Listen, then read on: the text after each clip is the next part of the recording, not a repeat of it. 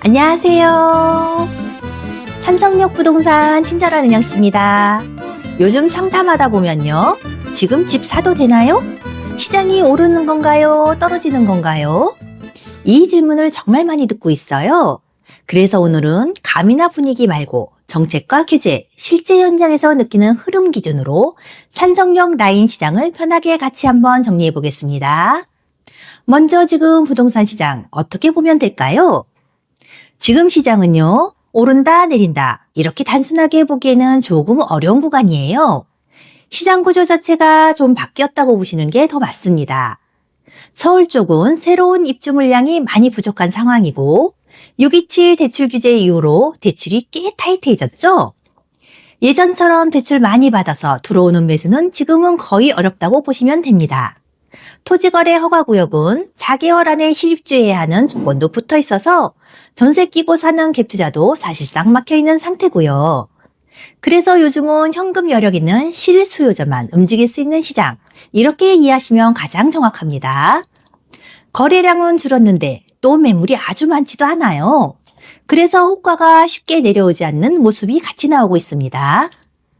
현장에서 느끼는 저의 생각을 전해드리면 오는 5월 9일 시점이 많이 중요한 구간이 될 것 같은데요. 왜 그런지 같이 살펴볼게요. 5월 9일은 다주택자 양도세 완화 적용이 끝나는 계약 기준일이에요. 다주택자 입장에서는 세금 부담이 확 달라지는 지점이다 보니 그 전에 계약을 맞추려는 움직임이 생기기 쉽습니다. 이런 기한이 있을 때 시장은 보통 비슷하게 움직여요. 기한 전에는 매물이 좀 늘고요. 기한 직전에는 계약이 몰리고 기한이 지나면 매물이 다시 잠기는 흐름이 나옵니다. 현장에서도 5월 9일 전후는 한번 출렁일 수 있는 구간으로 보고 있어요. 보안 대책 이후 현장 분위기가 많이 달라졌을까요? 네, 이건 정말 현장에서 바로 느껴졌어요. 보안 대책 이야기가 나오기 전에는요, 세입자 끼인 매물은 거의 안 나왔습니다. 실입주 여건 때문에 아예 매도를 포기하거나 미뤄둔 분들이 많았거든요. 세입자 없는 물건만 급매 형태로 조금씩 있었고 전체적으로 다들 기다리는 분위기였습니다. 그런데 보안대책 보도 이후에는 분위기가 꽤 빠르게 바뀌었습니다. 세입자 낀 매물도 다시 나오기 시작했고요. 매도 문의도 눈에 띄게 늘었습니다. 대신 재미있는 건 급하게 등지는 매물이 오히려 줄었어요. 잔금 기준이 아니라 계약 기준으로 바뀌면서 시간 여유가 생겼기 때문입니다. 그래서 지금은 급매에서 정상호가, 협상거래, 이 흐름으로 바뀌는 모습이 보입니다. 다만 여기서 한 가지 현실적인 부분을 짚고 가야 합니다. 이번 보완대책으로 길게는 2년까지 세입자가 남아있는 물건도 유예 적용을 받을 수 있게 열어두긴 했습니다. 하지만 현장에서 보면 1년 남은 세입자가 집을 적극적으로 보여주고 매도 절차에 협조해줄 가능성은 높지 않습니다. 또 한 가지 중요한 부분 대출 조건입니다. 지금 대출 구조는 기본적으로 입주 조건이 맞아야 대출이 실행되는 구조입니다. 즉, 세입자가 있는 상태에서 실입주가 불확실하면 대출 승인 자체가 쉽지 않습니다. 결국 현금 여력이 충분하지 않으면 실제 매수는 현실적으로 어려운 구조라는 점, 이 부분은 반드시 같이 보셔야 합니다.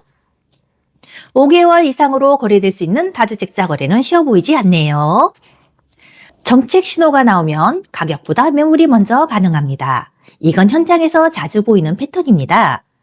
그래서 오늘은 5월 9일 기준으로 어떤 매매 흐름이 나올지 먼저 단기적으로 생각해 보겠습니다. 조심스럽게 말씀드리면 단기 구간에는 매물이 좀 더 늘어날 가능성이 있어요. 특히 네이버 광고 중심으로 노출되는 매물 숫자는 확 늘어날 수 있습니다. 이때 화면에 보이는 가격은 상대적으로 낮은 효과가 먼저 보이기 때문에 가격이 내려온 것처럼 느껴질 수 있어요. 하지만 실제 체결가와는 다를 수 있습니다. 이 부분은 꼭 구분해서 보셔야 합니다. 매수자 입장에서는 급매 위주로만 선별 접근, 건망세가 꽤 강하게 유지될 가능성이 있습니다. 유예 기간 구간은 어떻게 보세요? 4월 중순 전후 유예 기간 구간은 협상 거래가 늘어나는 구간이 될 가능성이 있습니다. 매도 물량은 조금 더 나오고 호가는 보합이거나 일부 조정도 나올 수 있고요. 이때는 가격만이 아니라 잔금일, 인도 시기, 조건 조율 중심으로 거래가 이루어질 가능성이 큽니다. 실수요자 협상 매수가 상대적으로 유리한 구간이 될 수 있습니다.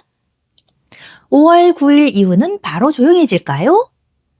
기준일이 지난다고 바로 멈추지는 않습니다. 계약은 이미 되어 있고 잔금이 뒤로 밀린 거래가 한동안 이어질 수 있어요.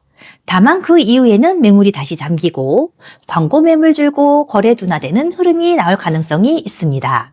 결국은 다시 실소요 중심 시장으로 정리될 가능성이 큽니다. 그럼 실무적으로 꼭 체크할 일정이 있을까요? 이건 꼭 기억하셔야 합니다.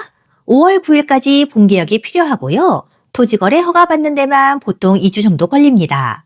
그래서 실무상으로는 늦어도 4월 20일 전후에는 약정이 들어가야 일정이 맞습니다. 이 부분 일정 계산 꼭 하셔야 합니다. 전체 흐름을 한 번 더 정리해보면요.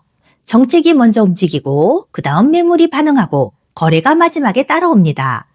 5월 9일 전에는 거래가 조금 늘 수 있고 유예기간에는 협상거래, 이후에는 다시 선별거래 흐름 가능성 있습니다. 산성역 라인은 지금 공급, 대출, 세금, 실입주 규제가 동시에 작동하는 구간입니다. 그래서 방향 예측보다 어떤 매물이 먼저 거래되는지를 보는 게 훨씬 중요합니다. 부담 갖지 마시고요. 매도든 매수든 편하게 상담 주세요. 산성역 부동산 친절한 MC였습니다. 감사합니다.